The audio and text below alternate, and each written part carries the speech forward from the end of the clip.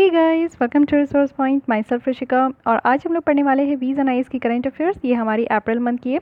तो पहले मैं अप्रैल मंथ की कंप्लीट कर देती हूँ, उसके बीच में ही मुझे लगता है मई मंथ की आ जाएगी, तो मई मंथ की भी कंप्लीट करूँगी और उससे पहले जो मार्च की थी उसको भी मैं कंप्लीट करूँगी, क्योंकि जो बच्चे की यहाँ पे प्रीलिम्स क्लियर हो गई है और अगर आप लोग का कोई भी स्टेट पीसीएस का मेंस है या फिर यूपीएससी की मेंस है तो उसमें आपको ये बहुत ज़्यादा फ़ायदा होने वाला है। मैं कल एक वीडियो अपलोड की थी जिसमें मैं आपको बता पाई थी कि वीज़ एंड आईएएस से यानी पीटी 365 से कितने क्वेश्चन आपके जो है यूपीएससी प्रीलिम्स में आए थे और कितना इंपॉर्टेंट हो जाता है ये मैगजीन आपके लिए। तो वो वीडियो को आप देखोगे तो आपको आइडिया हो जाएगा कि किस तरीके से आपको पढ़ना है और कितना आपको ज़रूरत है। यहाँ पे काफ़ी स्टूडेंट कह रहे थे कि इसको सिर्फ अकेले पढ़ने की ज़रूरत नहीं है, इसे अकेले पढ़ने से कुछ नहीं होगा। यस, इसको अकेले पढ़ने से कुछ नहीं होगा। आपको डेली बेसिस पे जो हिंदू एनालिसिस होती है वो आपको देखना होगा। कोई भी न्यूज़पेपर, हिंदू, इंडियन एक्सप्रेस, कोई भी आपको अच्छा लगता है, कोई भी एक न्यूज़पेपर आपको डेली ज़रूर पढ़ना होगा। ये कंपाइलेशन है, यानी कि एक मंथ में आपने जितनी न्यूज़ यहाँ पे कवर की है, अगर कुछ छूट गया है या फिर कुछ अच्छे से इसको इन डेप्थ में अगर आपको कवर करना है तो ये मैगजीन्स इसलिए होती है। काफ़ी स्टूडेंट कह रहे थे कि इनसाइट का कवर करने के लिए मैं कोशिश करूँगी, क्योंकि काफ़ी चीज़ें यहाँ पे आपकी इंप्लीमेंट होने वाली है। एक नई तरीके से मैं ले चलूँगी जिससे कि अगर आने वाले लोगों को यहाँ पे मेंस के लिए भी आपको हेल्प मिल जाएगा और साथ ही साथ अगर नेक्स्ट ईयर 2020 की जो तैयारी कर रहे हैं उनके लिए भी यहाँ पे हेल्प मिल जाएगा। ओके, तो कल से आपकी आने वाली है सोनाली बंसल्स की वीडियो जो कि आपकी मॉडर्न हिस्ट्री की है, तो वो भी कंटिन्यू हो जाएगी। पॉलिटी जो हमारा चल रहा था वो एज यूजुअल कंटिन्यू हो जाएगा और सारी बुक्स मैं जितनी भी स्टैंडर्ड बुक है उसको एक 1 बाय 1 कंप्लीट करने की आपके लिए कोशिश करूँगी। तो चलिए स्टार्ट करते हैं हम लोग अपनी लेसन। आप लोग इंडेक्स एक बार देख लीजिए जिससे कि काफ़ी फैमिलियर हो पाओगे कि कितना पढ़ना है और क्या क्या आपका यहाँ पे टॉपिक आने वाला है।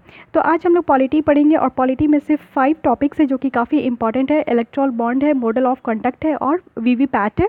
फिर जुडिशियल अकाउंटेबिलिटी देखेंगे और लैटरल एंट्री देखेंगे। उसके बाद आपकी इंटरनेशनल रिलेशन है, इकॉनमी है। तो एक एक करके आपकी सारी लेसन आते जाएगी। आज हम लोग फिलहाल स्टार्ट करते हैं हमारी पॉलिटी के साथ। तो पॉलिटी में सबसे पहले इलेक्टोरल बॉन्ड देखते हैं। तो इलेक्टोरल बॉन्ड न्यूज़ में क्यों दी? वैसे इलेक्शन चल रही थी, इलेक्शन ख़त्म हो चुकी है, हमारे प्राइम मिनिस्टर जो मोदी है फिर से चुनकर आ चुके हैं, लेकिन इलेक्टोरल बॉन्ड का जो मुद्दा है ना ये पूरे साल न्यूज़ में रहा था, इसलिए इससे मेंस में क्वेश्चन बनने की चांसेस है। क्योंकि प्रीलिम्स में तो नहीं आई, इसलिए मेंस में बनने की चांसेस है, या फिर आप स्टेट पीसीएस की तैयारी कर रहे हो तो भी यहाँ से क्वेश्चन बनने की बहुत ज़्यादा चांसेस है। तो न्यूज़ में इसलिए थी क्योंकि सुप्रीम कोर्ट ऑफ इंडिया ने अपने इंट्रीम ऑर्डर में यहाँ पे सारे पॉलिटिकल पार्टीज़ को कहा है कि वो अपने डिस्क्लोज़ करेंगे, यानी जो भी उनको डोनेशन दिया गया है, जो भी वो इलेक्टोरल बॉन्ड की तरफ से उनको जो भी यहाँ पे मनी दी गई है, उनकी डिटेल्स को यहाँ पर निकाल कर लाएंगे, उनकी डिटेल्स को यहाँ पे रिवील करेंगे। और वो भी यहाँ पे कहा गया है कि इलेक्शन कमीशन ऑफ इंडिया ये आपका जो है ना कवर किया जाएगा इलेक्शन कमीशन ऑफ इंडिया के तहत। अब बैकग्राउंड में चल के देखते हैं कि ये आपका इलेक्टोरल बॉन्ड है क्या। तो ये जो इलेक्टोरल बॉन्ड स्कीम है ना ये आपका अनाउंस किया गया था बजट में, जो कि 2017-18 की थी। और यहाँ पे अटेम्प्ट किया गया था कि क्लींस the system of political funding in the country, यानी हमारे कंट्री में जो भी यहाँ पे आपका पॉलिटिकल फंडिंग है, यानी कि पॉलिटिकल में आपको पता है कि कितना मनी का इनफ्लो आउटफ्लो होता है, तो उसको यहाँ पे थोड़ा सा क्लीन करना है, साफ़ सुथरा करना है, इसलिए इस तरीके का इलेक्टोरल बॉन्ड स्कीम लेकर आया गया था। जो इलेक्टोरल बॉन्ड है ना वो इंट्रोड्यूस किया गया था अमेंडमेंट के थ्रू, और ये आपका फाइनेंस एक्ट 2017 में ये आपका अमेंडमेंट हुआ था, जो कि reserve bank of India act 1934 है, रिप्रेजेंटेशन ऑफ पीपल एक्ट 1951 की, और इनकम टैक्स एक्ट जो आपका 1961 की है, और कंपनीज एक्ट। इतने एक्ट में आपका यहाँ पे अमेंडमेंट किया गया था, तब यहाँ पे इलेक्टोरल बॉन्ड स्कीम को लाया गया है। साथ ही साथ अगर हम लोग यहाँ पे देखें तो यहाँ पे कुछ सर्टेन प्रोविजंस है इस स्कीम में जो कि एक ऑब्जेक्शंस यहाँ पे ला रही थी कि पॉलिटिकल फंडिंग में अभी भी यहाँ पे ट्रांसपेरेंसी नहीं है, तो एक तरीके का ऑब्जेक्शन लगाया जा रहा था। लेकिन कुछ पिटिशनर्स जो है वो यहाँ पे सुप्रीम कोर्ट भी गए थे कि ये जो इलेक्टोरल बॉन्ड स्कीम है ना इसको स्टे लगा दिया जाए, यानी रोक दिया जाए। तो इलेक्शन कमीशन जो है वो भी यहाँ पे एफिडेविट जो यहाँ पे है उसको फाइल किए थे सुप्रीम कोर्ट में, और वो इस स्कीम के प्रोविजंस को लेकर, जो कि यहाँ पे सीरियस यहाँ पे कहा गया था कि पॉलिटिकल फंडिंग जो है ना हमारे कंट्री में उसको सीरियसली यहाँ पे लेना है। अगर हम लोग देखें कि ये जो पिटिशनर आर्गूमेंट है, तो इलेक्टोरल बॉन्ड के स्कीम के अगेंस्ट में क्या क्या यहाँ पे आर्गूमेंट किया गया है जो कि इस स्कीम के अगेंस्ट में है। तो सबसे पहला अगर यहाँ पे आर्गूमेंट अगेंस्ट में देखेंगे तो सबसे पहला है कि ओपेसिटी है पॉलिटिकल फंडिंग में, यानी कि ओपैक है, यानी कि पूरी तरीके से आपका जो है ट्रांसपेरेंट नहीं है, आर पार नहीं दिखेगा, ये आपका जो है एक पारदर्शिता इसमें नहीं है। तो ऑर्डिनरी सिटीजन्स जो है वो यहाँ पे एबल नहीं है कि वो यहाँ जान पाएंगे कि कौन कितना मनी जो है पॉलिटिकल पार्टी को दिया गया और किसके द्वारा दिया गया, ये नहीं जान पाएंगे कोई भी ऑर्डिनरी पर्सन। यानी कि अगर आप और हम अगर हमारे कंट्री के सिटीजन्स है, तो अगर हम लोग जानना चाहें कि किसी भी पॉलिटिकल पार्टी को कोई भी एक इंसान कौन दिया और कितना मनी दिया, ये हम लोग इसमें नहीं जान पाएंगे। और जो बॉन्ड है वो यहाँ पे एनोनिमिटी जो पॉलिटिकल डोनेशंस की होती है वो इसको और इंक्रीज़ कर देगा।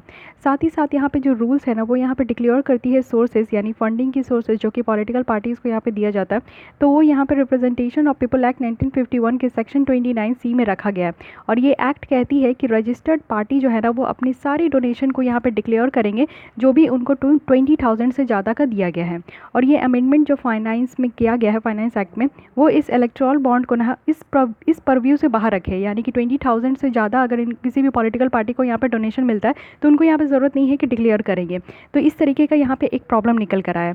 और फिर यहाँ पे पॉलिटिकल पार्टीज़ जो है वो लीगली बाउंड है कि वो अपने इनकम टैक्स रिटर्न को यहाँ पे सबमिट करेंगे, वो भी एनुअली। और ये आपका रखा गया था इनकम टैक्स एक्ट 1961 के सेक्शन 13A में। और यहाँ पे क्या हुआ कि इलेक्टोरल बॉन्ड जो है ना इसको यहाँ पे IT एक्ट से बाहर रखा गया है, यानी कि एग्जेम्प्ट कर दिया गया है। तो ये भी एक प्रॉब्लम निकल कर आई। उसके बाद अगर हम लोग फेवर देखें तो रूलिंग पार्टी के फेवर में है ये दूसरी आर्गूमेंट है। यानी कि SBI जो है ये गवर्नमेंट ओन बैंक है, जो कि हम लोग सबको ही जानते हैं। और सारी इन्फॉर्मेशन जो डोनर की है वो यहाँ पे क्या हो गया कि पार्टी के फेवरेबल में है, यानी कि जो पार्टी यहाँ पे पावर में रहे, जैसे अभी आपकी मोदी सरकार जीत के आ रही, तो इनकी जो पार्टी है वो यहाँ पे सारी यहाँ पे जितनी भी अगर वो चाहे तो यहाँ पे डॉक्यूमेंट निकाल सकती है कि किस पॉलिटिकल पार्टी को कहाँ से पैसा दिया गया और किसके द्वारा पैसा दिया गया। क्योंकि SBI जो है पूरी तरीके से गवर्नमेंट के अंडर में रहती है और जो यहाँ पे पार्टी जो रूलिंग करती है उसके उसके अंडर में रहती है। तो इसलिए इस तरीके से आपका कह सकते हैं कि ये जो रूलिंग पार्टी के फेवर में है पूरी तरीके से। ओके, और ये भी बात कहा गया। उसके साथ ही अगर हम लोग एग्जाम्पल देखें तो डेटा यहाँ पे जो रिसीव हुआ था राइट टू इन्फॉर्मेशन की तरफ से, तो वो यहाँ पे दिखाती है कि जो स्टेट बैंक ऑफ इंडिया है ना वो यहाँ पे इशू की थी कि 1,716 करोड़ का इलेक्टोरल बॉन्ड में, और वो 2 मंथ्स के लिए, जो कि 2019 की थी। लेकिन वहीं अगर रूलिंग पार्टी की देखें तो वो यहाँ पे रिसीव की है 94.6%, जो कि इलेक्टोरल बॉन्ड की वो यहाँ पे बेचा गया है 17-18 में। इसका मतलब है कि यहाँ पे रूलिंग पार्टी जो है वो 94.6% जितने भी इलेक्टोरल बॉन्ड को उन्होंने बेचा है 17-18 में, तो उससे उन्होंने रिसीव किया है 94.6% तक। ओके, तो ये सारी डेटा कौन शो करता है? ये आपके RTI एक्ट के तहत जो है SBI ने इस तरीके की डेटा को यहाँ पे शो किया है। अब यहाँ पे हम लोग एक चीज़ यहाँ पे देखते हैं जो कि इस तरीके के टेबल में आपका दिया गया। तो काफ़ी अच्छा ये फंडिंग का जो क्लीन अप है ना, ये काफ़ी अच्छा आपको देखने को मिलेगा। ये थोड़ी सी ब्लर है लेकिन मैं समझा देती हूँ आपको कि यहाँ पे कहा गया है फर्स्ट पॉइंट में कि what is an electoral bond. तो इलेक्टोरल बॉन्ड है क्या? तो ये तो सबसे पहली चीज़ जो आपको याद रखना है कि ये इंटरेस्ट फ्री फाइनेंशियल इंस्ट्रूमेंट है, यानी कि इसमें कोई भी तरीके का इंटरेस्ट नहीं लगता है। ये इंटरेस्ट फ्री आपका जो फाइनेंशियल इंस्ट्रूमेंट है। ओके, दूसरी बात है कि कौन इस बॉन्ड को परचेज कर सकता है? तो कोई भी सिटीजन्स ऑफ इंडिया या फिर कोई भी बॉडी जो कि हमारे कंट्री में है। थर्ड है कि यहाँ पे बॉन्ड डिनोमिनेशन कैसा होगा, यानी कि बॉन्ड में रुपीज़ किस तरीके की होगी। तो 1,000 होगी, 10,000 होगी, 1 लाख होगी, 1 मिलियन होगी, 10 मिलियन होगी। ये परचेज़ किया जा सकता है SBI के कोई भी ब्रांच से, सेलेक्टेड ब्रांच से। ओके, नेक्स्ट है कि कब इस तरीके के बॉन्ड को ख़रीदा जा सकता है।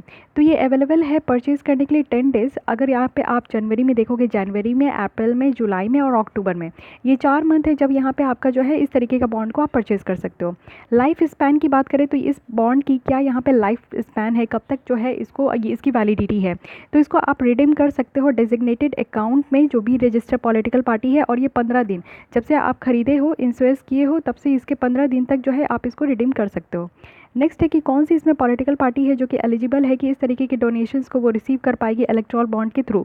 तो वो पॉलिटिकल पार्टी जो कि एटलस सिक्योर की है 1% वोट, वो भी आपका लास्ट लोकसभा में या फिर स्टेट असेंबली इलेक्शन में, और वो रजिस्टर किए हैं सेक्शन 29A के तहत, जो कि रिप्रेजेंटेशन ऑफ पीपल एक्ट 1951 है। तो वही ऐसी पॉलिटिकल पार्टी होंगे जिनको यहाँ पे इलेक्टोरल बॉन्ड के थ्रू जो है डोनेशन दिया जाएगा।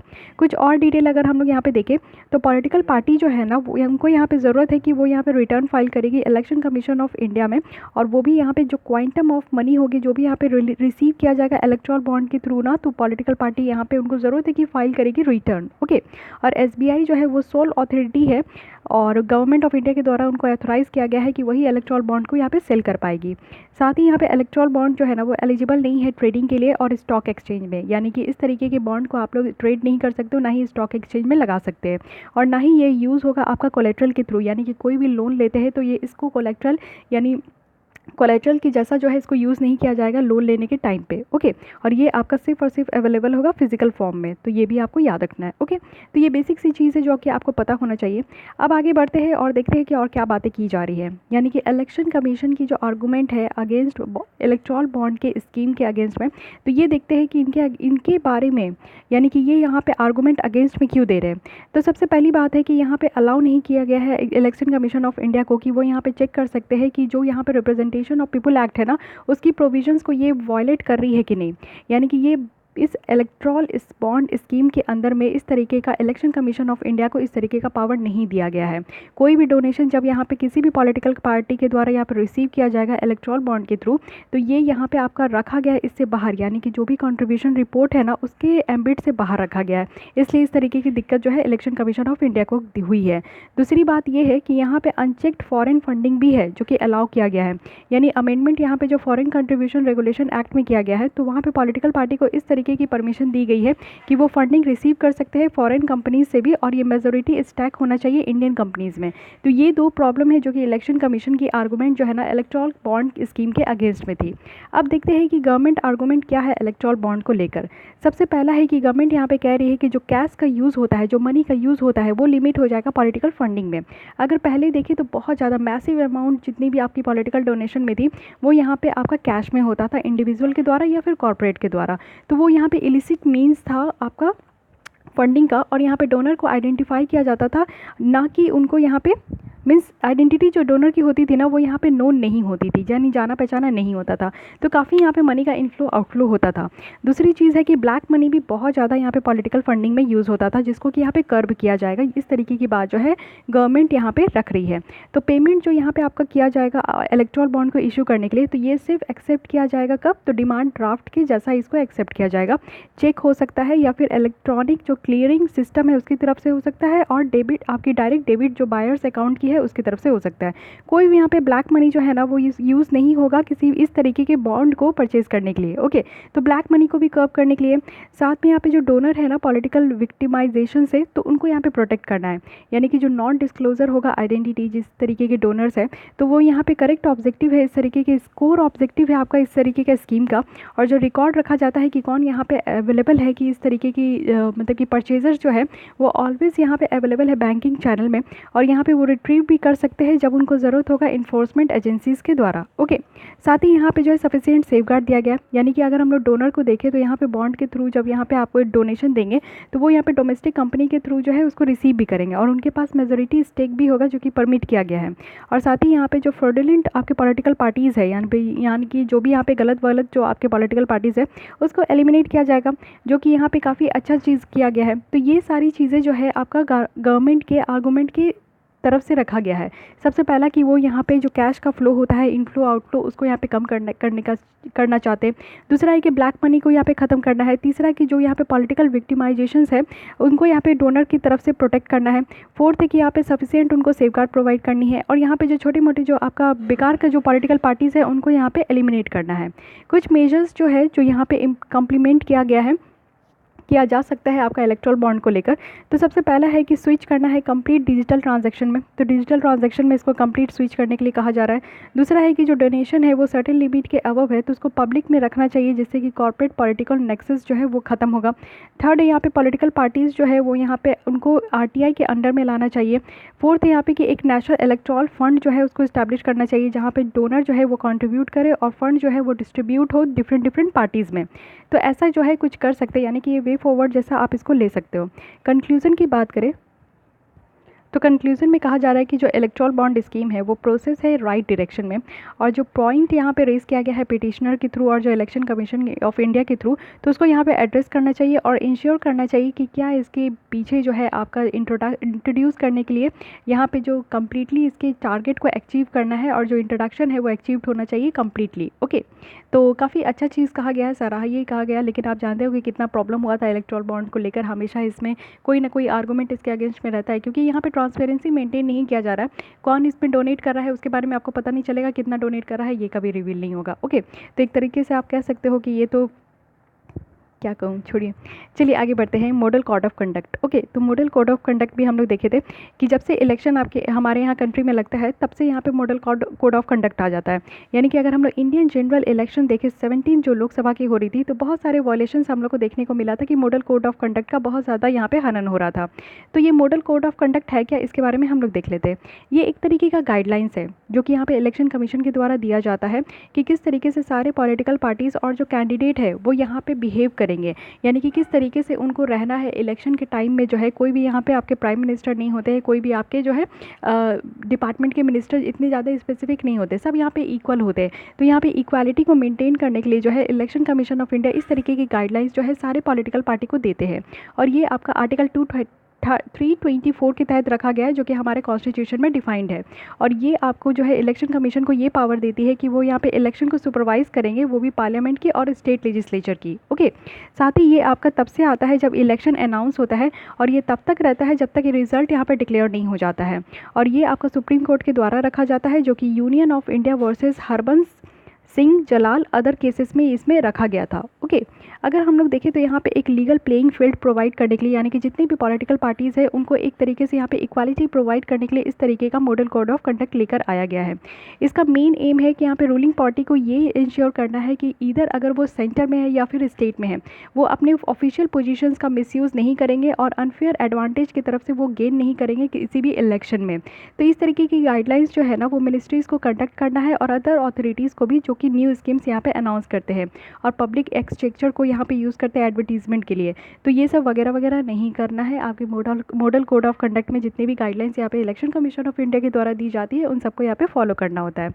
अब यहाँ पे मॉडल कोड ऑफ कंडक्ट हमारे कंट्री में आया कहाँ से, इवोल्यूशन कहाँ से हुई?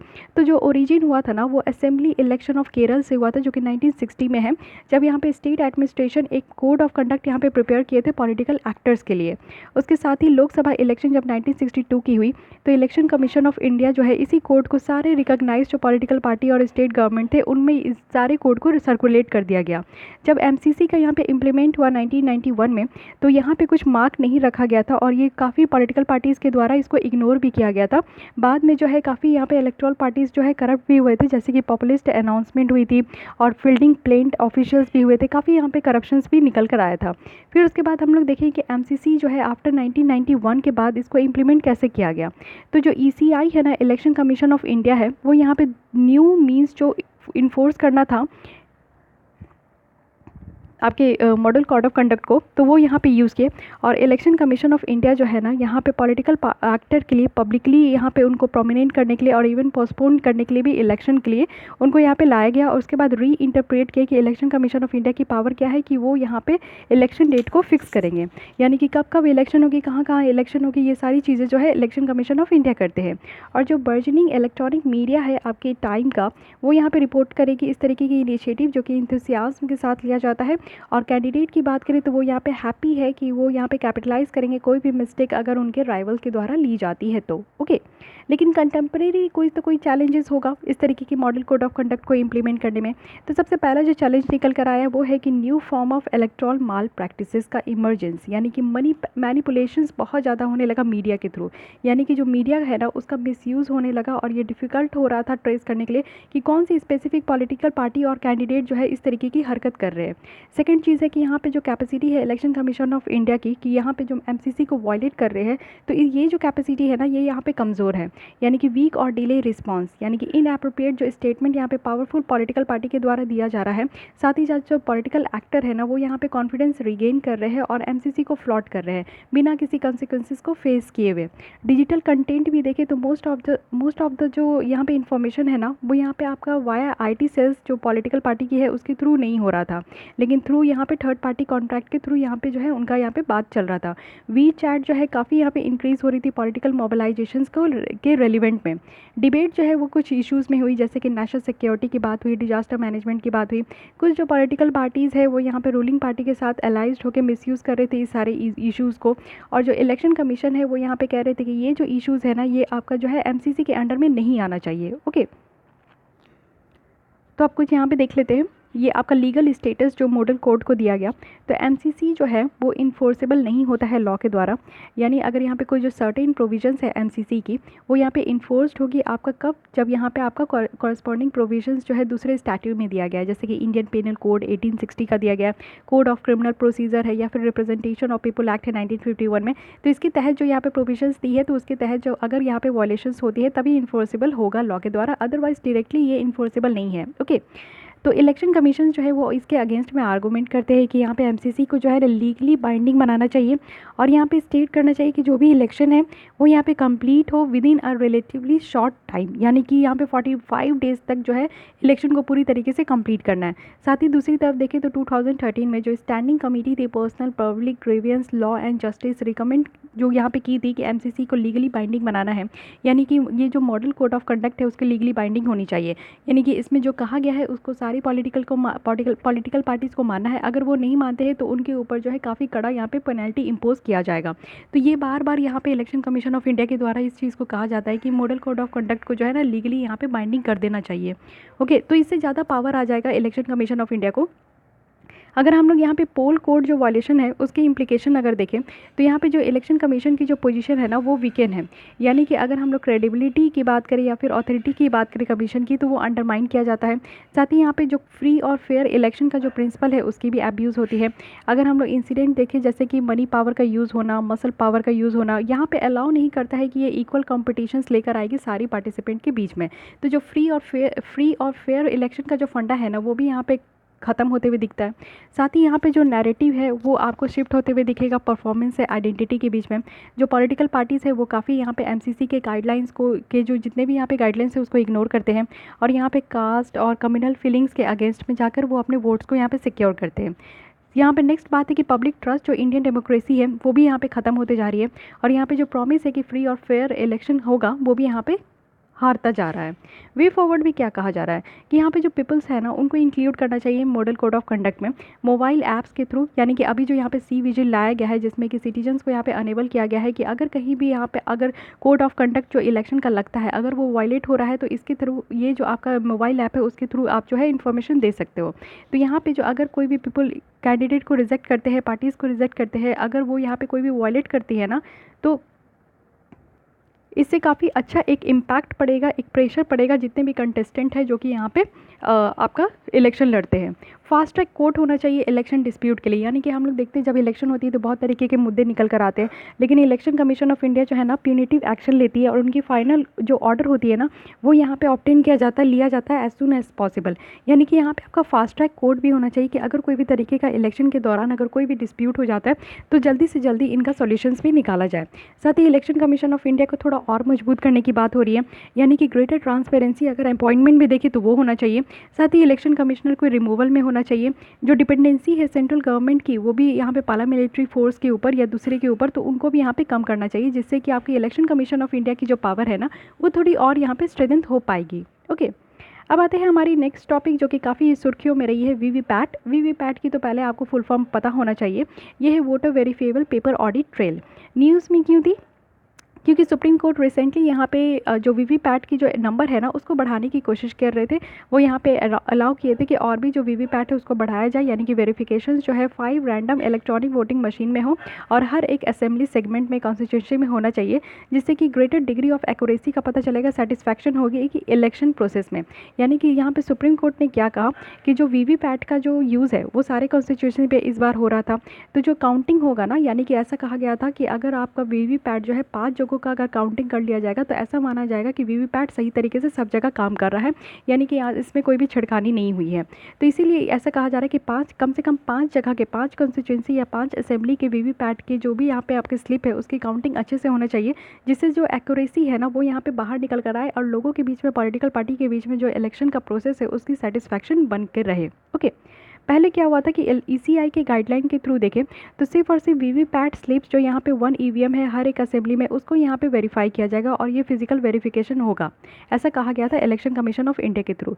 तो रिसेंटली क्या हुआ कि 21 जो अपोजिशन पार्टी है वो यहाँ पे अपील किए थे कि एटलीस्ट यहाँ पे 50% तो वीवीपैट का वेरिफिकेशन होना चाहिए, तब ना पता चलेगा कि इलेक्शन जो हुआ है वो सही हुआ है कि नहीं, फेयर और फ्री मैनर में हुआ है कि नहीं। ओके, तो यहाँ पे इसलिए इस तरीके की पॉलिटिकल पार्टी बहुत ज़्यादा अपोज कर रही थी और इलेक्शन कमीशन ऑफ इंडिया यहाँ पे बहुत सारे इश्यूज़ पॉइंट आउट किए हैं कि इम्प्लीमेंटेशन जो करना है इस तरीके का 50% वेरिफिकेशन का, तो वो थोड़ा प्रॉब्लम वाला बात है, क्योंकि वीवीपैट जो काउंटिंग है ना ये मैनुअल जॉब है, यानी कि हाथ से करना है। जितने भी स्लिप आप लोग देख रहे थे जब आप वोट दिए होंगे तो आपको एक वीवीपैट में स्लिप भी देखने को मिल रहा होगा, तो ये मैनुअल जॉब है और ये जो है एरर मल्टीपल्स, अगर इसको बार बार जोड़ा जाएगा तो काफ़ी एरर आने की चांसेस है और जिससे कि ह्यूमन इंटरवेंशंस जो है काफ़ी इंक्रीज़ हो जाएगी, काफ़ी प्रॉब्लम हो जाएगी।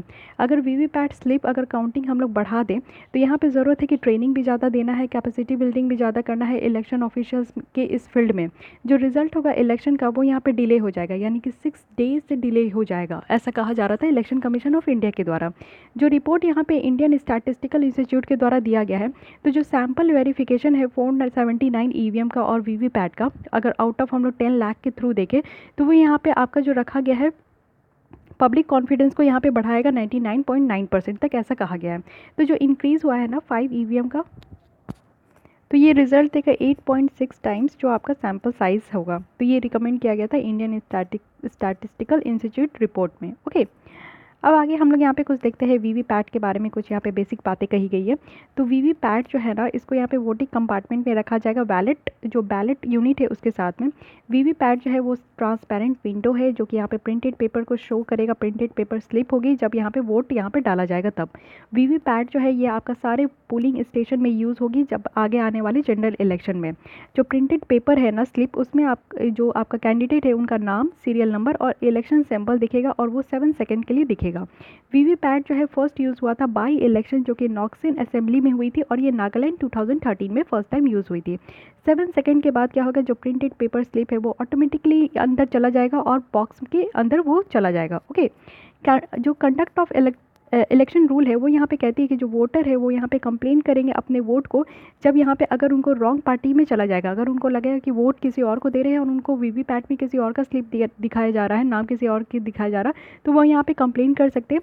अगर वीवीपैट शोज़ कर रहा है नो एरर तो वोटर जो है यहाँ पे पेनलाइज होंगे 6 मंथ के लिए। यानी कि अगर कोई भी अगर आप गए और आपको पता चलेगा कि नहीं आपने जानबूझकर यहाँ पे गलती कहा है और कंप्लेन जो है जानबूझकर किए, तो आपके ऊपर जो है 6 मंथ तक यहाँ पे पेनल्टीज़ भी लगेगी, आपको इम्प्रिजमेंट भी होगा और फाइन भी दिया जाएगा। ओके, तो वीवीपैट जो स्लिप है ना वो काउंटिंग यहाँ पे आपका स्पेशली इरेक्ट किया जाएगा वीवीपैट काउंटिंग बूथ्स में, और ये आपका क्लोज मॉनिटरिंग होगा रिटर्निंग ऑफिसर के अंडर में और डायरेक्ट ओवरसाइट जो होगा ऑब्जर्वर के अंडर में।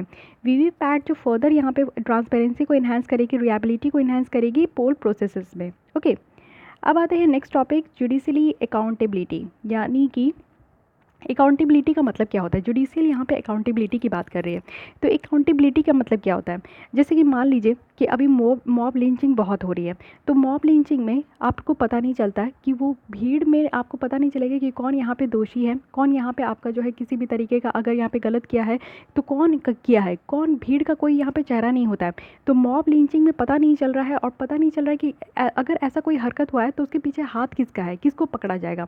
कल को अगर कहीं भी अगर आप कोई भी ऑफिस देखते हो उसमें अगर कोई भी तरीके की गलती होती है, ऑफिस में आग लग जाता है, तो आग अगर लग जाए तो किसी एक आदमी जो है उसके पीछे रिस्पॉन्सिबल होना चाहिए, उसको उस तरीके का एक आपको गाइडलाइन देना चाहिए कि अगर आपको यहाँ पे आग लगता है तो इसके पीछे तेरा हाथ है। ओके, अगर यहाँ पे आग लगा जाएगा तो तुम ही को पकड़ा जाएगा, तुम ही को जेल में रखा जाएगा, तुम्ही से पूछताछ किया जाएगा। तो एक आदमी ऐसा होना चाहिए जो कि रिस्पॉन्सिबल हो, जिसको कि रिस्पॉन्सिबिलिटी दी जाए। तो वैसे ही जुडिशियल अकाउंटेबिलिटी कहा जा रहा है कि अगर जुडिशरी में कुछ भी गड़बड़ हो रहा है तो किसको पकड़ा जाएगा, कोई तो एक इंसान हो कि कोई भी गलती हो रहा है तो सीधे उसी का कॉलर पकड़ के बोले कि आप ही गलती किए हो, तुम ही गलती किए हो, तुम्ही को सज़ा मिलेगा। तो वही अकाउंटेबिलिटी होती है।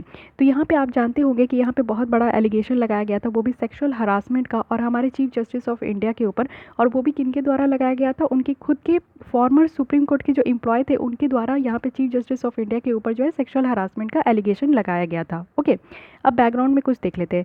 जो इंडियन डेमोक्रेसी है वो हमारे कौन से प्रिंसिपल पे रन करती है, ये हमारे रूल ऑफ लॉ पे रन करती है। यानी कि जो भी कानून का रूल है ना उसी के ऊपर हमारी जो है इंडियन डेमोक्रेसी चलती है, जो कि यहाँ पे इम्प्लाइज करती है कि no one is above the law. यानी कि कोई भी कानून से ऊपर नहीं है, सब कोई कानून के सामने बराबर है और कोई भी आदमी जो है यहाँ पे लॉ से ऊपर नहीं है। तो जो कॉन्स्टिट्यूशन ऑफ इंडिया है वो यहाँ पे कुछ रोल्स देती है अपने गार्जियन को, प्रोटेक्टर को, जो भी हमारे इंडियन की जुडिशरी को प्रोटेक्ट करती है। तो यहाँ पे जुडिशरी की बात करें तो वो वॉच डॉग है, यानी कि वो देखते रहती है कि कुछ गलत हो रहा है, क्या हो रहा है, नहीं हो रहा है हमारे कंट्री में, वो ये चीज़ देखती है और प्रिजर्व करती है। साथ ही साथ जो फंडामेंटल और लीगल राइट्स है ना उसको यहाँ पे देखती है। अगर देखें तो बहुत सारी एरिया है, बहुत सारे इंस्टांसेस हैं जहाँ पे जो एक्शन है जुडिशरी का वो अपने आप में ही क्वेश्चन अराइज कर देती है। अकाउंटेबिलिटी की बात करें तो कोई भी एक्शंस जो कि किसी भी अथॉरिटी के द्वारा अगर लिया गया है तो ज़रूरत होगा कि वो जस्टिसिएबल एक्सप्लेनेशंस दे अपने पर्टिकुलर एक्शन के लिए। अगर आप कोई भी काम कर रहे हो तो अगर आपने कुछ गलत किया है तो आपके पास भी एक मुद्दा होना चाहिए, आप उस चीज़ को एक्सप्लेन कर सको कि अगर आपने इस तरीके के गलत काम किए तो क्यों किए हैं। ओके, और अगर आपने जानबूझ के किया है तो आपको उस चीज़ का आंसरेबल होना चाहिए। तो ये मतलब होता है आपका अकाउंटेबिलिटी का।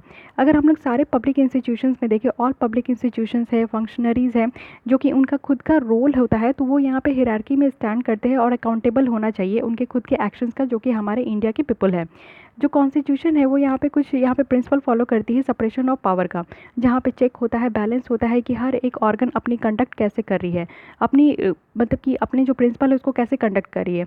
अगर स्टेट ऑफ इंडिया के दो ऑर्गन देखें तो कौन कौन है, एक है लेजिस्लेचर और एक है एग्जीक्यूटिव, जो कि अकाउंटेबल किस पे होते हैं, तो जुडिशियरी पे होते हैं और पीपल्स पे होते हैं। लेकिन जो क्वेश्चन यहाँ पे आता है वो होता है कि कौन जो है जुडिशियरी पे अकाउंटेबल होगा, हु इज़ द जजिंग जजेस, जज को कौन जज कर रहा है। हम लोग को तो जज यहाँ पे जज कर रहे हैं, लेकिन जज को कौन देख रहा है, जज के लिए कौन अकाउंटेबल है। ओके, तो ये यहाँ पे बहुत बड़ा क्वेश्चन अराइज हुआ है। अब यहाँ पे देखते हैं हम लोग नेक्स्ट कि एरिया कौन कौन सा है जहाँ पे जुडिशियल अकाउंटेबिलिटी जो है ना वो यहाँ पे कमी देखने को मिल रहा है। तो सबसे पहला है जुडिशियल अपॉइंटमेंट में। आप लोग जानते हो कि हमेशा हल्ला होता है एनजेक को जो यहाँ पे हटा दिया गया 99 कॉन्स्टिट्यूशनल अमेंडमेंट के थ्रू, जो है सुप्रीम कोर्ट इसको स्टक डाउन कर दी है। और ये सेम क्वेश्चन आपका प्रीलिम्स से पूछा गया है। ओके, तो यही इसलिए क्यों पूछा गया ये क्वेश्चन, क्योंकि कोलिजियम जो है ना हमेशा आपका न्यूज़ में रहता है। तो कोलिजियम सिस्टम जिसके थ्रू जजेस का अपॉइंटमेंट होता है ना वो यहाँ पे ओपेक है, ट्रांसपेरेंट नहीं है। इसकी वजह से आपका एनजेक को लेके यहाँ पे क्वेश्चन पूछा गया है। ओके, तो जुडिशियल अपॉइंटमेंट जो है ना वो यहाँ पे सबसे ज़्यादा आपको देखने को मिलेगा कि यहाँ पे अकाउंटेबिलिटी की काफ़ी लैकिंग है। जो कोलिजियम सिस्टम है इंडिया में है वो एक यूनिक सिस्टम है जहाँ पे डेमोक्रेटिकली जो इलेक्टेड एग्जीक्यूटिव होते हैं और जो पार्लियामेंट होते हैं वो यहाँ पे जो है ना अपॉइंटिंग जजेस में नहीं कह सकते, नहीं कहते, कुछ भी नहीं कहते, कोई कुछ भी नहीं कहते। ओके, तो ये आपका कोलिजियम सिस्टम होता है जो कि यहाँ पे बहुत ज़्यादा कमी देखने को मिलता है। सेकंड, यहाँ पे रिमूवल ऑफ जजेस, इसके ऊपर भी क्वेश्चन है, सुप्रीम कोर्ट के जो जजेस को कैसे रिमूव करना है इसके ऊपर भी आपका प्रीलिम्स में क्वेश्चन था। तो जो इम्पीचमेंट है ना वो आर्टिकल 124 के 4 में है, आर्टिकल 217 के 1 में है, जो कि कॉन्स्टिट्यूशन में दिया गया है। और ये लॉन्ग ड्रॉन आउट है और डिफिकल्ट प्रोसेस है, साथ ही साथ आपका पॉलिटिकल ओवरटोन के लिए। दूसरी चीज़ है कि यहाँ पे अगर हम लोग जुडिशरी की ऑपरेशंस देखें तो वो भी ओपेसिटी है, यानी कि जुडिशरी जो क्लेम करती है अपने आउटसाइड बॉडी को कि वो यहाँ पे डिसिप्लिनरी पावर्स होना चाहिए, उनके कॉम्प्रोमाइज़ जो यहाँ पे अपने इंडिपेंडेंस को कॉम्प्रोमाइज़ करे तो उनके ऊपर जो है डिसिप्लिनरी पावर होना चाहिए। और एक जो है इन हाउस मैकेनिज्म को यहाँ पे सेटअप करे इन्वेस्टिगेट जो करप्शन को इन्वेस्टिगेट करने के लिए। ओके, तो लास्ट ईयर अगर हम लोग 4 सीनियर मोस्ट जजेस की बात करें तो वो यहाँ पे बाहर आ गए थे, वो मीडिया के सामने बैठ गए थे और काफ़ी उन्होंने ये बात कही थी जो कि सुप्रीम कोर्ट के घर की बात थी कि यहाँ पे जो सीनियर जजेस है, जो चीफ जस्टिस ऑफ इंडिया है, वो यहाँ पे केसेस को जो है ना सीनियर जजेस को नहीं देके जूनियर जजेस को ट्रांसफ़र कर दे रहे। तो इस तरीके की काफ़ी कंप्लेन थी जो कि सुप्रीम कोर्ट के 4 सीनियर जज जो है मीडिया में आके ये सारी बात कहे थे। नेक्स्ट यहाँ पे जो इन्फॉर्मेशन है वो एसिमेट्रिक है जुडिशरी के साथ, यानी जुडिशरी जो है ना अपने आप में ही वो रख रही है और ये बाहर रख रही, राइट टू इन्फॉर्मेशन एक्ट के बाहर अपनी जो भी केसेस है उसको इससे बाहर रखती है। सुप्रीम कोर्ट की जो रूल है ना वो अंडरमाइन किया जाता है आरटीआई के अंदर और 4 की वेज में, 4 तरीके से। पहला है कि जो टाइम फ्रेम होता है किसी भी इन्फॉर्मेशन को फर्निश करने के लिए, सेकेंड है कि जो अपील मैकेनिज्म है, और थर्ड है कि जो पेनल्टीज़ दिया जाता है डिले के लिए और रॉन्गफुल जो रिफ्यूज़ल होता है इन्फॉर्मेशन का, फोर्थ है कि यहाँ पे जो डिस्क्लोजर होता है सिटीजन्स के लिए। और यहाँ पे आपका ये चारों तरीका है, 4 जगह है जहाँ पे जो है आपका सुप्रीम कोर्ट का जो रूल है ना वो आरटीआई के अंदर जो है अंडरमाइन किया जाता है और वो यहाँ पे प्रोवाइड नहीं करते हैं। ओके, वहीं अगर कोर्ट ऑफ कंटेम्प्ट की बात करें तो अगर यहाँ पे हम लोग कोर्ट ऑफ कंटेम्प्ट एक्ट के अंदर अगर हम लोग देखें पावर का यूज़ करते हुए, तो जुडिशरी जो है यहाँ पे अलाइज है कि वो यहाँ पे जो राइटफुल जो क्रिटिक्स होती है ना उसके लिए साइलेंट है। कंटेम्प्ट ऑफ कोर्ट क्या होता है कि कोर्ट की निंदा करना, यानी कि कोर्ट के रूल्स रेगुलेशंस को फॉलो नहीं करना, तो यानी कि कंटेम्प्ट ऑफ कोर्ट हो गया। ओके, जुडिशियल स्टैंडर्ड और अकाउंटेबिलिटी बिल 2010 की देखें तो इस बिल के बारे में देखें तो यहाँ पे नेशनल जुडिशियल ओवरसाइट कमेटी की इस्टेब्लिशमेंट हुई है और ये कंप्लेंट सिक्योरिटी पैनल है और एक इन्वेस्टिगेशन कमेटी है। कोई भी पर्सन अगर उनको यहाँ पे कंप्लेन करना है कोई भी जज के अगेंस्ट में, तो वो इसमें यानी कि मिसबिहेवियर के ग्राउंड में वो यहाँ पे कंप्लेन कर सकते हैं। एक मोशंस जो यहाँ पे जजेस के लिए होती है कि उनको रिमूव करने के लिए, तो वो यहाँ पे मिसबिहेवियर के ग्राउंड में, तो वो यहाँ पे पार्लियामेंट में भी मूव होता है और इस तरीके की जो मोशन होती है ना वो यहाँ पे रेफ़र करती है इंक्वायरी के लिए, यानी कि ओवरसाइट कमेटी की इंक्वायरी के लिए यहाँ पे वो रेफ़र कर सकती है। जो ओवरसाइट कमेटी होती है वो यहाँ पे एडवाइजरीज को इश्यूज़ करती है और वार्निंग देती है जजेस को और कुछ रिकमेंडेशन भी देती है प्रेसिडेंट के रिमूवल के लिए भी। ओके, तो इस बिल के बारे में भी आपको पता होना चाहिए। अब यहाँ पे नेक्स्ट पार्ट जो हम लोग देख रहे थे कि यहाँ पे किस तरीके से जो है, वन सेकेंड, हाँ, यहाँ पे क्या क्या कमी है जुडिशियल अकाउंटेबिलिटी की, तो उसी के पॉइंट देख रहे थे। नेक्स्ट है कि जुडिशियल ओवररीच, यानी कहीं कहीं हम लोग देखते हैं कि जुडिशरी काफ़ी एक्टिव हो जाती है जहाँ पे जुडिशरी को नहीं होना चाहिए, जो कि कब ऐसा क्यों होता है कि जुडिशरी वो एक्टिव हो जाती है। ओके, तो जुडिशरी एक्टिव क्यों होती है, क्योंकि सिटीजन्स की जो प्रॉब्लम होती है ना उसको रिजॉल्व करने के लिए होती है, तो ये जुडिशरी ओवर रिच भी कहा जाता है। अब इसकी इम्प्लीकेशंस क्या है, यहाँ पे जो पब्लिक ट्रस्ट होती है ना, हम लोग जो जजेस पे जुडिशियल सिस्टम पे जो ट्रस्ट करते हैं वो यहाँ पे ख़त्म हो जाएगा जब इस तरीके की इशू निकल कर आएगी कि अगर जजेस जो है यहाँ पे चीफ जस्टिस ऑफ इंडिया अगर यहाँ पे उनके ऊपर इस तरीके का सेक्शुअल हरासमेंट की केस लग रही है, तो हम लोग आम जनता पे क्या भरोसा करें। अगर हमारे जज के ऊपर इस तरीके का आरोप लग रहा है तो फिर आम जनता पे तो आप समझ सकते हो किस तरीके का जो है एक माइंड में एक तरीके का आपको लगेगा कि कैसा जो है आपका इन्वायरमेंट क्रिएट हो रहा है। तो हमारी जो कहीं ना कहीं ट्रस्ट है वो यहाँ पे ख़त्म हो सकती है। इम्पैक्ट किस पे होगा, तो जुडिशरी के इंडिपेंडेंस पे इम्पैक्ट होगा, क्योंकि यहाँ पे अकाउंटेबिलिटी की कमी देखने को मिलती है। थर्ड है कि यहाँ पे जो प्रिंसिपल है नेचुरल जस्टिस का उसके अगेंस्ट में जा रहा है। जब भी यहाँ पे चीफ जस्टिस जो है वो डिसाइड करते हैं कि वो मास्टर ऑफ द रोल्स है, तो और यहाँ पे वो खुद ही यहाँ पे पार्टी में होंगे कोई भी केसेस में, तो ये जो है आपको देखने को मिलेगा कि ये अब नेचुरल जस्टिस के अगेंस्ट में जा रहा है। तो अब तक जो है क्या स्टेप्स लिया गया है, तो कंटेम्प्ट ऑफ कोर्ट बिल आई थी 2003 में जो कि इंट्रोड्यूस हो चुका है। Judicial standard and accountability bill 2010 में इंट्रोड्यूस हुई है। अनएनिमस अगर देखें तो वो नेशनल जुडिशियल जो अपॉइंटमेंट कमीशन एक्ट है, एनजैक है, ये आपका जो है पास हुआ था पार्लियामेंट से, स्टेट लेजिस्लेचर से, लेकिन इसको जुडिशरी जो है स्टक डाउन कर दी थी जस्ट बिकॉज कि वहाँ पे कहा गया था कि जुडिशरी की इंडिपेंडेंस जो है यहाँ पे वायलेट हो रही है, इसको यहाँ पे ख़त्म कर दिया गया था। और यहाँ पे आपका जो मेमोरेंडम ऑफ प्रोसीजर है 2016 का, उसको भी यहाँ पे डिस्कस किया गया है। ओके, तो ये सारी स्टेप्स जो है अब तक ली गई है, लेकिन मेजर्स और क्या लेना चाहिए। पहला है कि यहाँ पे जो है न्यू जुडिशियल स्टैंडर्ड और अकाउंटेबिलिटी बिल को यहाँ पे लाना चाहिए, जो कि एक तरीके का लीगली इन्फोर्सेबल जो स्टैंडर्ड होता है ना उसको यहाँ पे उस सेट को यहाँ पे इस्टेब्लिश करे, और जो डिग्निटी है सुपीरियर जो जुडिशरी की जो डिग्निटी है उसको यहाँ पे बना के रखे, और एक न्यू आर्किटेक्चर जो है आपका पब्लिक कंप्लेंट का उसको प्रोसेस को यहाँ पे लाना चाहिए। सेकंड चीज़ है कि यहाँ पे मोर फॉर्मल और कॉम्प्रिहेंसिव कोड ऑफ कंडक्ट होना चाहिए जजेस के लिए, जो कि इस प्लेस में होना चाहिए और ये इन्फोर्सेबल बाय लॉ होना चाहिए। कंटेम्प्ट ऑफ कोर्ट एक्ट की बात करें तो वो भी यहाँ पे फॉलोइंग प्रोविजंस में अमेंड होना चाहिए, यानी कि जो भी आपका कंटेम्प्ट का केसेस है वो यहाँ पे ट्राई नहीं किया जाना चाहिए किसी भी कोर्ट से। सेकंड है कि जो एक्ट है वो यहाँ पे अमेंडमेंट होना चाहिए और वर्ड को रिमूव करे, यानी कि यहाँ पे आपका एक वर्ड दिया गया है स्कैंडलाइजिंग द कोर्ट और lowering the accountability of the court, यानी कि इस तरीके की जो वर्ड है इसको यहाँ पे हटाना है। साथ ही यहाँ पे एक स्ट्रिंजेंट जो पनिशमेंट है ना वो यहाँ पे होना चाहिए किसी भी मिसयूज़ का, अगर कोई भी फॉल्स या फिर मैलिशियस गलत अगर कोई भी आरोप लगाता है तो उसके ऊपर इस तरीके का एक बहुत ही कड़ा यहाँ पे पनिशमेंट होना चाहिए, क्योंकि अगर कोई भी आरोप लगाने से पहले 10 बार सोचे, उनके ऊपर इस तरीके का डर हो कि हाँ अगर आप किसी के ऊपर भी इस तरीके का चीफ जस्टिस ऑफ इंडिया के ऊपर भी अगर आप किसी गलत तरीके का अगर आरोप लगाते हो तो आपके ऊपर भी जो है ना आप बच नहीं पाओगे, इस तरीके एक डर होना चाहिए। साथ ही यहाँ पे 2 लेवल जो जुडिशियल डिसिप्लिन मॉडल है वो यहाँ पे होना चाहिए, और फर्स्ट लेवल जो है ना उसके साथ होना चाहिए जो कि डिसिप्लिनरी सिस्टम को यहाँ पे जो है मेंटेन कर सकेगा। साथ ही यहाँ पे जो ट्रांसपेरेंसी है हमारे पब्लिक हियरिंग में यानी कोर्ट रूम में उसको भी बढ़ाना है। लास्ट ईयर जो सुप्रीम कोर्ट जो है वो यहाँ पे अप्रूव की थी कि लाइव स्ट्रीमिंग होना चाहिए कोर्ट का, कोई भी अगर केसेस अगर कॉन्स्टिट्यूशनल इंपॉर्टेंस में है तो ये जो प्रोविजन है ये एक्सटेंड किया गया दूसरे केसेस में, हाई केसेस में, हाई कोर्ट में भी इसको किया जा सकता है। ओके, इस तरीके का प्रोविजंस। उसके बाद यहाँ पे जुडिशियल जो लोकपाल है उसको भी इंडिपेंडेंट रखना चाहिए, यहाँ पे एक पावर देना चाहिए जिससे कि कंप्लेंट जो है वो यहाँ पे लिया जाए और जो भी एक्शन है जजेस के अगेंस्ट में वो यहाँ पे इनिशिएट किया जाए, और यहाँ पे आपका जो अकाउंटेबिलिटी है ना जजेस के ऊपर वो इंश्योर हो सके। तो ये सारी चीज़ें जो है करना चाहिए जिससे कि हमारे यहाँ की जो जज है ना वो अकाउंटेबल हो सके, जुडिशरी जो है वो अकाउंटेबल हो सके। ओके, तो ये सारी प्रोसीजर आपको याद रखना होगा, वे फॉरवर्ड है। अब आते हैं लैटरल एंट्री। तो लैटरल एंट्री होती क्या है? अगर आप लोग कॉलेजेस में होंगे, अगर आप लोग इंजीनियरिंग के कॉलेजेस में होंगे तो आपको पता चला होगा कि काफ़ी बच्चे लैटरल एंट्री के थ्रू वहाँ पे इंटर करते हैं, एडमिशन लेते हैं। यानी कि फर्स्ट ईयर से नहीं, अगर आप नॉर्मल ग्रेजुएशन के लिए जाओगे, अगर आप कोई भी एग्जाम क्रैक करके अगर आप इंजीनियरिंग में एडमिशन लोगे तो आप फर्स्ट ईयर से पढ़ोगे। लेकिन लैटरल एंट्री क्या होता है कि वो लोग सेकंड ईयर से ही आते हैं, यानी कि कहीं भी और डिप्लोमा डिग्री लेते हैं, उसके बाद आप बीच में से वो घुस जाते हैं। तो यही लैटरल एंट्री की बात यहाँ पे कहाँ की गई है? तो रिसेंटली हुआ क्या है कि यूपीएससी जो है वो 9 प्रोफेशनल को यहाँ पे सेलेक्ट किए हैं, जो कि यहाँ पे किस पोस्ट में आएंगे, तो जॉइंट सेक्रेटरी के पोस्ट में आएंगे, वो भी गवर्नमेंट ऑफ इंडिया में। ओके, तो कुछ बैकग्राउंड में देख लेते हैं।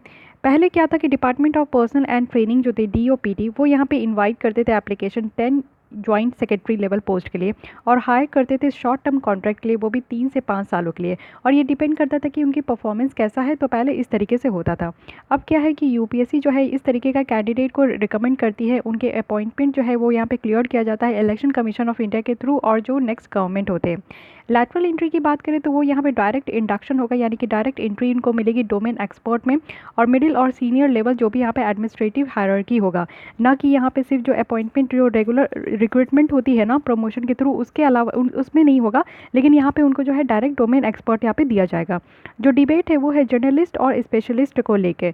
यहाँ पे ओल्ड वन जो है वो डिस्कशंस पे किया जा रहा है गवर्नमेंट रिफॉर्म के लिए। ओके, तो बहुत सारे प्रोफेशनल है, कमीशंस है, पॉलिटिकल कमेंटेटर्स है, जो कि यहाँ पे लैटरल एंट्री को प्रिस्क्राइब कर रहे हैं।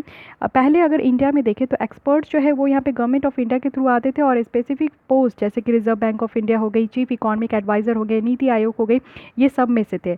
लेकिन अब क्या है कि यहाँ पे जो है ना, ये आपका इंस्टीट्यूशनलाइज जो मैकेनिज्म है रिक्रूटमेंट का, वो यहाँ पे नहीं अब बनेगा। ओके, लेकिन अब ऐसा बात है कि लैटरल एंट्री की ज़रूरत क्यों पड़ी? ओके, बहुत पहली बार आप ऐसा सुन रहे हो कि लैटरल एंट्री, वो भी यूपीएससी में, वो भी जॉइंट सेक्रेटरी के पोस्ट में, तो क्यों ज़रूरत पड़ी? सबसे पहला है कि न्यू डायमेंशन लाने के लिए, फ्रेश टैलेंट को यहाँ पे इंक्लूड करने के लिए, जो कि हमारे यहाँ पॉलिसी मेकिंग करेंगे।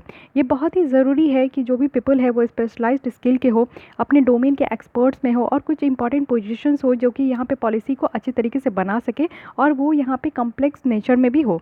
आईएएस ऑफिसर की बात करें तो वो गवर्नमेंट को जो है ना सिर्फ अंदर से जानते हैं, और लैटरल एंट्री की बात करें तो वो गवर्नमेंट को यहाँ पे जो है ना बता सकते हैं, समझा सकते हैं कि पॉलिसीज़ का क्या इम्पैक्ट होगा स्टेक होल्डर्स पे, प्राइवेट सेक्टर पे क्या होगा, नॉन गवर्नमेंटल सेक्टर पे क्या होगा, और लार्ज पब्लिक पे भी।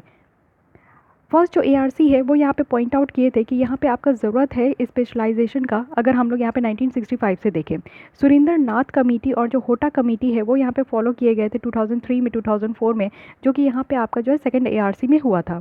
सेकंड जो यहाँ पे बात है वो है कि इनएफिशिएंसी, अगर हम लोग देखें तो इंक्रीज़ करना है यहाँ पे इनएफिशिएंसी और गवर्नेंस। अगर कैरियर प्रोग्रेस अगर आप आईएएस में देखोगे तो ऑलमोस्ट ये ऑटोमेटिक होता है, और यहाँ पे कुछ ज़रूरत नहीं होता है ऑफिसर्स को कि कुछ यहाँ पे कंफर्ट जोन, वो यहाँ पे जो है वो कंफर्ट जोन यहाँ पे पुट करे, वो यहाँ पे कंफर्ट जोन भी पुट कर सकते हैं।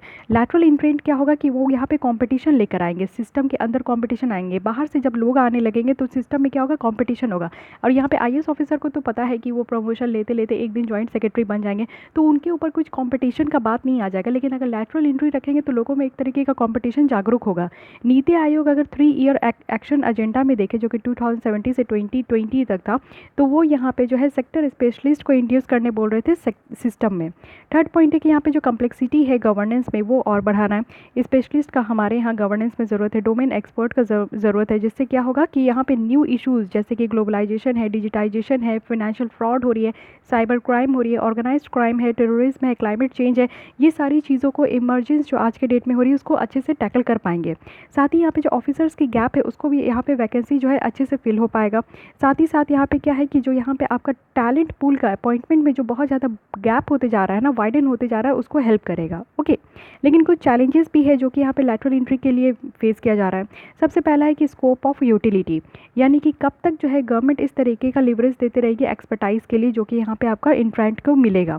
सेकंड है कि यहाँ पे डिफिकल्ट है कि यहाँ पे रिस्पॉन्सिबिलिटी और अकाउंटेबिलिटी देने के लिए आप आईएएस ऑफिसर को देखते हो तो काफ़ी वो रिस्पॉन्सिबल होते हैं, अकाउंटेबिलिटी होती है उनके ऊपर। लेकिन अगर हम लोग बाहर से कोई भी एक्सपर्ट को, डोमेन एक्सपर्ट को यहाँ पे लाते तो क्या पता कि उनके ऊपर किस तरीके का वो रिस्पॉन्सिबिलिटी ले, किस तरीके का उनका अकाउंटेबिलिटी होगी। साथ ही वो शॉर्ट टेन्योर के लिए आएंगे, यानी कि 3 से 5 साल के लिए आएंगे, ये भी फिक्स है। तो उनके मन में ये भी तो आ सकता है ना कि 3 से 5 साल के लिए इतने बड़े पोस्ट मिल रहे हैं, तो चलो दम भर करप्शन कर लेते हैं, उसके बाद जो देखा जाएगा देखा जाएगा। ओके, तो ये भी एक बात होती है। और नेक्स्ट है कि लॉन्ग टर्म स्टेक, यानी कि यहाँ पे कमी है लॉन्ग टर्म स्टेक का। अगर एडवांटेज हम लोग सिविल सर्वेंट की देखें तो वो यहाँ पे पॉलिसी मेकर्स करते हैं जो भी लॉन्ग टर्म के लिए होता है, लेकिन यहाँ पे जो डोमेन एक्सपर्ट आएंगे वो लॉन्ग टर्म के लिए थोड़ी करेंगे। जब तक वो अपने टेन्योर तक रहेंगे तब तक वो यहाँ पे देखेंगे। नेक्स्ट है यहाँ पे कि फील्ड एक्सपीरियंस की कमी है, यानी ऑफिसर्स जो कि यहाँ पे ज्वाइन करते हैं तो उनके पास डोमेन नॉलेज ज़्यादा होता है। जैसे कि अभी आप लोग इतना एग्जाम की तैयारी कर रहे हो, पढ़ रहे हो, सारी चीज़ें पढ़ रहे हो, तो आपको नॉलेज है, आप नॉलेज एक्वायर करके उस पोस्ट के लिए पहुँचोगे, प्रमोट होते होते आप जाओगे तो आपको एक एक्सपीरियंस भी होगा, फील्ड नॉलेज भी होगा और सब्जेक्टिव नॉलेज भी होगा। क्या इतना नॉलेज लैटरल एंट्री वाले लोग को होगा कि नहीं होगा, इसकी भी कमी होगी। साथ ही वो यहाँ पे रेसिस्टेंस भी फेस कर सकते हैं बहुत सारे ब्यूरोक्रेसी से, यानी कि लैक ऑफ कॉपरेशन होगी, डिफिकल्टी होगी ब्यूरोक्रेटिक वर्क कल्चर में उनको एडजस्ट करने में। जिस तरीके से ब्यूरोक्रेट वर्क करते हैं तो उस कल्चर में उनको यहाँ पे एडजस्ट करने में भी प्रॉब्लम हो सकता है। बहुत सारे डीमोटिवेटिव भी उनको हो सकती है, जो आज की डेट में एग्जिस्टिंग जो ऑफिशियल है उनको यहाँ पे डीमोटिवेट कर सकते हैं इस तरीके के इंट्रैक्ट से। इशू जो है वो रिजर्वेशन का भी यहाँ पे निकल सकता है, क्योंकि अब तक ये अनक्लियर है कि यहाँ पे रिजर्वेशन दे रहा है कि नहीं, जो भी यहाँ पे लैटरल एंट्री के थ्रू जो रिक्रूटमेंट होगी। तो वे फॉरवर्ड में क्या बताया जा रहा है कि हमें यहाँ पे ज़रूरत है कि हम पहले जो एक्सपीरियंस था उससे कुछ सीखें, यानी पास्ट एक्सपीरियंस था कि जिस तरीके से हम लोग प्राइवेट सेक्टर मैनेजर्स को इंक्लूड कर रहे थे कि वो यहाँ पे पब्लिक सेक्टर इंटरप्राइज को रन करे, पर्टिकुलरली सेटिस्फैक्ट्री के लिए नहीं था वो, जैसे कि एयर इंडिया हो गया, एयर एयरलाइंस के लिए हो गया, तो उससे हम लोग को सीखना है। साथ ही मूव फॉरवर्ड होना है लॉन्गर टेन्योर के लिए, जो भी लैटरल एंट्री वाले आएंगे तो उनको 3 से 5 साल नहीं, थोड़े लंबे समय तक के लिए उनको रखना है। साथ ही एक यहाँ पे पब्लिक एडमिनिस्ट्रेशन यूनिवर्सिटी जो है वो सेटअप करना चाहिए एस्पायरिंग और सर्विंग सिविल सर्वेंट के लिए।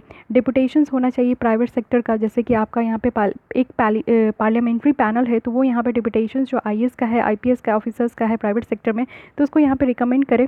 साथ ही इंस्टीट्यूशनलाइज करे जो भी गोल सेटिंग है, और यहाँ पे जो भी उनके डिपार्टमेंट है हर एक डिपार्टमेंट को यहाँ पे ट्रैक करे, यानी कि हर एक मिनिस्ट्री और गवर्नमेंट एजेंसी जो है वो यहाँ पे आउटकम बेस्ड जो गोल है ना वो यहाँ पे सेटअप करे, और क्लियर टाइमलाइन, यानी ये नहीं कि 5 साल के लिए यहाँ पे अभी बना दिए तो अगला नेक्स्ट जो गवर्नमेंट आ रही है फिर उसको 5 साल एक्सटेंड करिए, तो ऐसा नहीं है। कि एक क्लियर टाइमलाइन में जो भी यहाँ पे आपका पॉलिसीज़ बनाना है तो वो आउटकम बेस्ड गोल होना चाहिए। ओके, तो ये लैटरल एंट्री के बारे में पूरी तरीके से यहाँ पे आपका एक अच्छा, बहुत अच्छा आप कह सकते हो कि ये आपको पूरी तरीके से हर एक चीज़, चैलेंजेस भी मिल गई आपको, बैक साइड, फॉरवर्ड साइड, और अर्लियर क्या होता था, किस तरीके से आता था, तो हर एक चीज़ आपको यहाँ पे पॉइंट मिल गई है। तो इसी तरीके से हमारी पॉलिटी एंड कॉन्स्टिट्यूशन यहाँ पे कंप्लीट हो गई।